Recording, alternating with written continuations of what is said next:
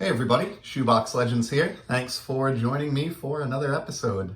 And today's installment is going to be a quick video response for my buddy Alex over at Palm Beach Sports Cards. So Alex has an awesome channel, just hit the 300 sub milestone, which is fantastic. Big congrats to you, Alex, for that, and certainly well deserved. And he's been a really good supporter of mine in the early days of my channel. And just kind of being immersed in the YouTube sports card community. We've already exchanged cardboard, and he was instrumental in me getting a ton of short prints towards my Topps Heritage set this year, and it's just an all-around solid dude. So if by chance you are not familiar with Alex and his channel, definitely check the link below. I'll put in the description. Go give him a sub and maybe get in and participate in this contest. You have till the upcoming weekend to get your response in. And basically what Alex is looking for here is your coffin card, so to speak. And it's exactly what it sounds like. It's, you know, if you had to pick one single card from your collection, just one, to take with you to the grave, so to speak, or, you know, rescue from a fire at your house, what would it be? And, you know, the two cards that you see in front of you there are certainly contenders. I grabbed those as sort of a backdrop here for the video, so you'd have something to look at while I'm blabbering away. Either one would certainly be a worthwhile choice. They're two of the more iconic sports cards in history, and they're certainly, you know, probably the two best cards that I've shown off on my channel to date. But to me, neither one of those is the card that I would consider a coffin card. You know, more so than monetary value, I would, I think, focus this response on a card's meaning to me. And, you know, while it was super important for my collecting and felt incredible and was a nice memory, you know, landing the two cards that you see in front of you as an adult and sort of acquiring some cards that as a kid collector were just dream type cards. I don't have the same track record or history with those two cards as I do with the card that I actually chose in response to the VR. So the card that I would choose as my coffin card over those two, believe it or not, is a 1950 Bowman Maurice McDermott. This is just a common. I mean, I do love the 50 Bowman release, as I do all of the 50s Bowman cards, in particular the 50 through 52 sets with these sort of painted images.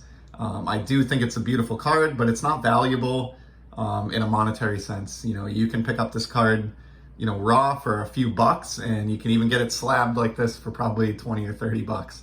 It's not a very valuable card, but to me, it's an extremely valuable card because this is the card that sort of cemented me as a collector when I was a kid and was the very first truly vintage card that I ever owned. And I've told this story before, I think maybe in a Father's Day tribute episode that I did, but essentially acquired this card as a little kid when I went to an antique store with my father and two brothers in northeastern Connecticut back in this would have been the very early 90s.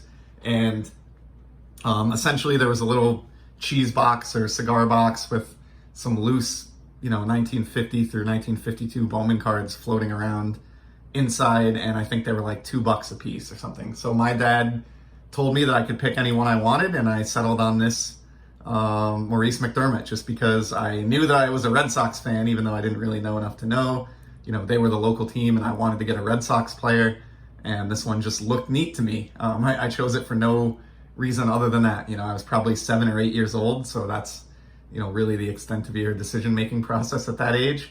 I don't think there were any Hall of Famers or big cards in this lot. It was all commons like this, but, you know, to me, from that moment, just holding something in my hands from the early 1950s, from when my own dad was a kid, and having something that was kind of a part of baseball history and that had been around for, even at that point, you know, a few decades, was just so cool. And I knew right away that, you know, vintage baseball cards were going to be something that, a hobby that stuck with me for a long time. And here I am now in my late 30s and still sticking with it. And I'm still enjoying the hobby every bit as much as I did when I was, you know, a 7 or 8 year old kid, and I hope that'll always be the case.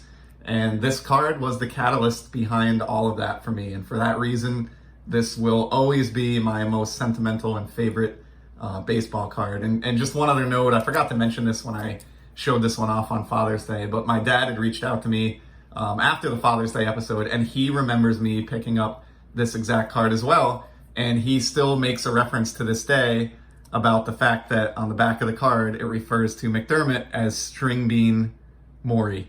I remember us, driving home, reading the back of the card in the family car, and just getting a kick out of that. Way back, over 3 decades ago now, and it's just kind of one of those funny things that both of us still recall to this day, and one of those small little memories tied to collecting that I will always appreciate and savor.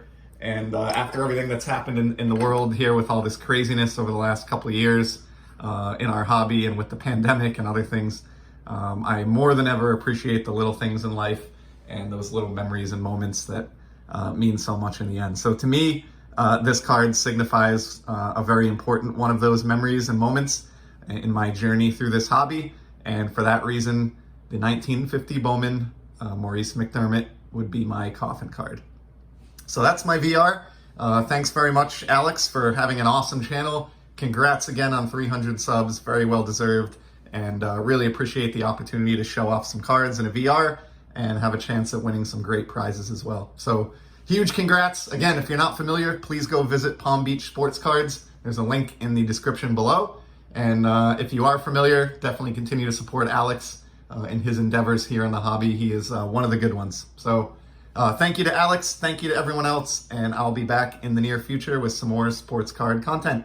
Until then, take care.